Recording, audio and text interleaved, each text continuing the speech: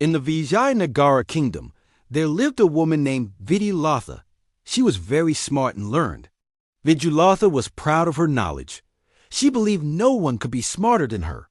To show this, she put a board outside her house.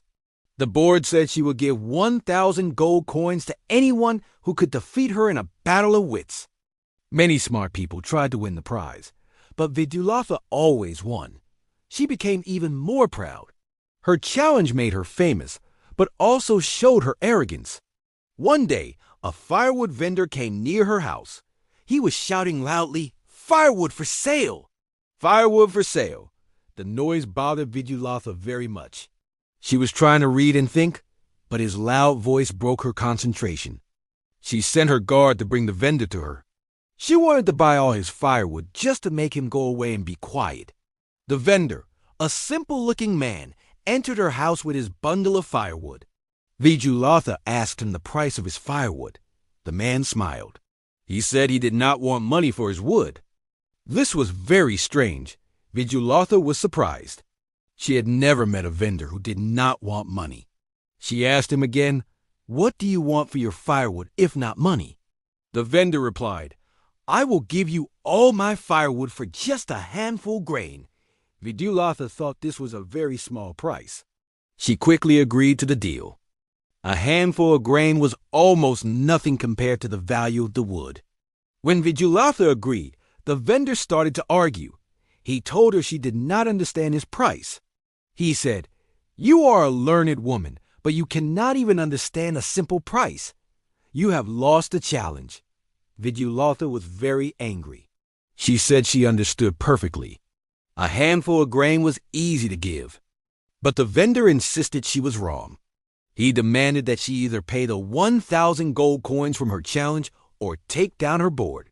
He said she was not smart enough to keep the board up if she could not understand his price. Their argument became very loud, and soon they decided to go to the court to solve the problem. In the court, the judge listened to both of them. Vidyalata explained that the vendor offered his firewood for a handful of grain, and she agreed. The vendor then told his side of the story. He explained to the judge what a handful grain really meant. He said, "Your Honor, I asked for a handful grain, which means a single grain of rice or wheat that is big enough to fill a person's hand." He argued that Vidyalata could not give him such a grain because a single grain that large does not exist. Since she could not give him the price he asked for, she had failed to understand his simple request. The judge thought about this. The vendor's words were tricky but logical. The judge agreed with the vendor. He ruled that Vidyalata had lost the argument because she failed to understand the true meaning of the vendor's words. She had to pay him the 1,000 gold coins. Vidyalata was shocked and ashamed. She had lost to a simple firewood vendor. After the court's decision, she had to accept her defeat. She paid the 1,000 gold coins, but she was very curious. She asked the vendor who he really was. The vendor smiled and took off his disguise. It was Tenali Raymond, the clever and wise jester of the king's court. He told her that he did this to teach her a lesson. He wanted to show her that knowledge without humility is not true wisdom.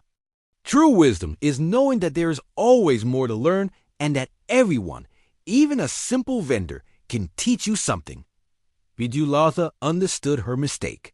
She learned that pride can make you blind and that humility is an important part of being truly wise.